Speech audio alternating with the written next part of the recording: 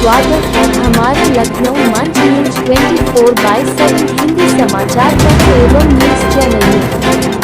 सही खबर, सच्ची खबर। कृपया सब्सक्राइब, लाइक, शेयर, कमेंट जरूर करें। चौबे जी, ये बताइए कि जिस तरीके से राहुल गांधी ने एक ट्वीट किया कि मुझे 2 बजे रात को ईडी का फ़ोन आया, ईडी हमें गिरफ्तार करेगी या हमें छापा मारेगी या क्या क्या करेगी, उन्होंने ट्वीट करके क्या बताना चाह रहे थे समाज और जनता को? आप क्या उसको किस नज़रिया से आप देखते हैं? देखिए, आपने जो पूछा है ये बहुत ही एक रहस्यमय प्रश्न है और समय समय पर ये प्रश्न उठता रहा, जवाब देने वाले जवाब दिए, लेकिन चूंकि इतना देश को गुमराह कर दिया गया कि जनता किस उत्तर पर विश्वास करे, किस उत्तर पर ना करे। ये पूरा फैमिली, चाहे जवाहरलाल नेहरू हो और चाहे आज के परिवेश में राहुल गांधी है, इनका इतिहास बहुत रहस्यमय रहा है। अभी अभी नेशनल आर्काइव से लोगों ने एक न्यूज़ प्रसारित कर रहे हैं कि जवाहरलाल नेहरू जो अपने आत्मकथा में या जो उनके विषय में जो प्रचारित किया गया कि पंडित नेहरू, ये 1857 के क्रांति के समय दिल्ली के अंतिम कोतवाल थे, इनके पूर्वज, जो कि वहाँ से भागे हैं गंगाधर राव के नाम से। तो वो नहर के किनारे जाके बसे नेहरू, ये सब फर्जी है।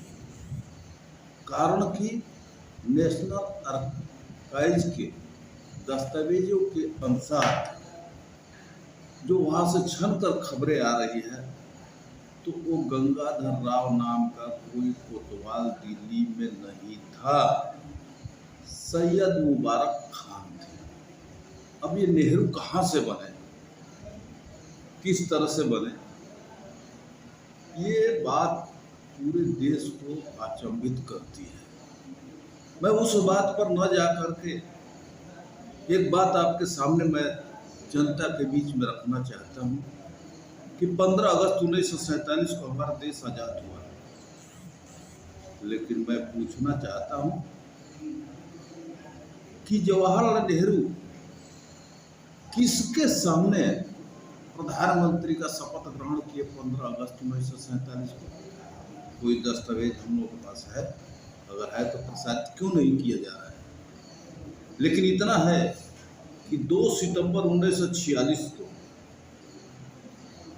लॉर्ड माउंटबेटन के समकक्ष चीनों ने प्रधानमंत्री का शपथ लिया था अंतरिम सरकार के रूप में, और वहां से सिलसिला चला रहा है उसी को।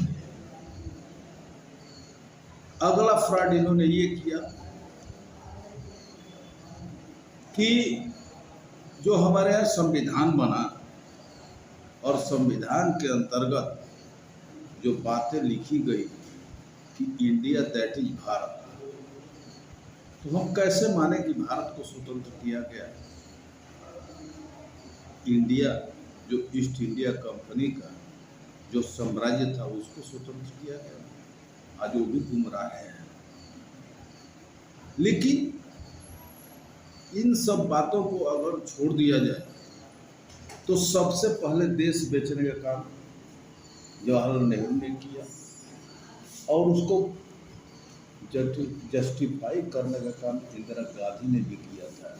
इंदिरा गांधी ने कर्नाटक की सभा में कहा था कि भ्रष्टाचार हमारे सिस्टम का हिस्सा है, और किस किस तरह से देश का भ्रष्टाचार हुआ ये बताने वाला नहीं है। उसके बाद जो पीरियड आया राजीव गांधी का या सोनिया गांधी का, इसमें कौन कौन की चोरी हुआ, कितने का भ्रष्टाचार हुआ, आज वो जनता के बीच है। चाहे नेशनल हेराल्ड का मामला हो या अगस्ता वेस्टलैंड का मामला हो 2G कॉमनवेल्थ का मामला हो,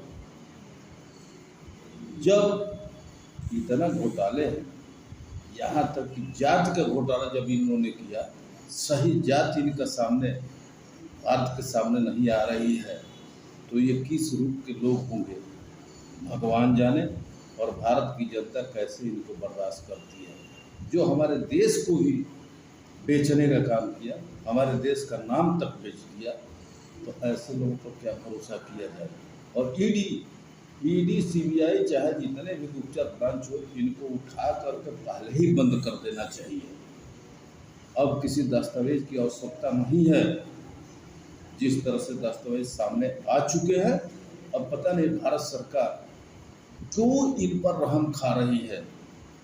ये राहुल गांधी चाहे सोनिया गांधी, ये रहस्यमय लोग हैं, और इनके विषय में जिस तरह से चाहे जिस प्रकार का मीडिया हो या दूरसंचार हो या हमारे नेशनल आर्काइव हो, इसमें सारे सबूत इन लोगों के खिलाफ मिलता जा रहा है।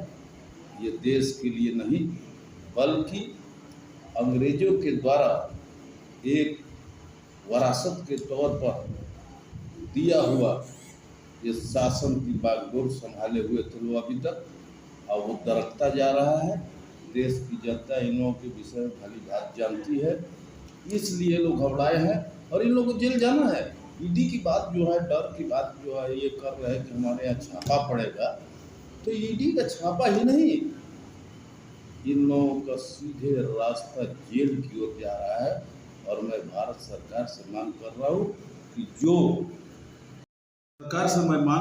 हूँ कि इन लोगों को किसी प्रकार का अवसर प्रदान करना देश के लिए घातक होगा, और इनका सीधे रास्ता जेल के अलावा दूसरा नहीं बनता है। जिस तरह से इन्होंने हमारे देश और हमारे धर्म सनातन पर आघात किया है, इनको अब कतई किसी भी कीमत पर छोड़ना उचित नहीं है। यहाँ तक कि इन्होंने हमारे आराध्य, हमारे भारतीय संस्कृति का सर्वे सर्वा भगवान राम को भी दुष्ट करने का कार्य किया, उनका भी इन्होंने मान मर्दन किया है। अयोध्या का आज देश चारों ओर देख रहा है कि ये हमारे देश को लूटने वाले बहुरूपिया और इस देश में रहने के ही लायक नहीं है। ईडी का छापा तो अलग है, इनका उचित स्थान इनके गुरुओं के साथ जेल ही है, इसके अलावा दूसरा नहीं है।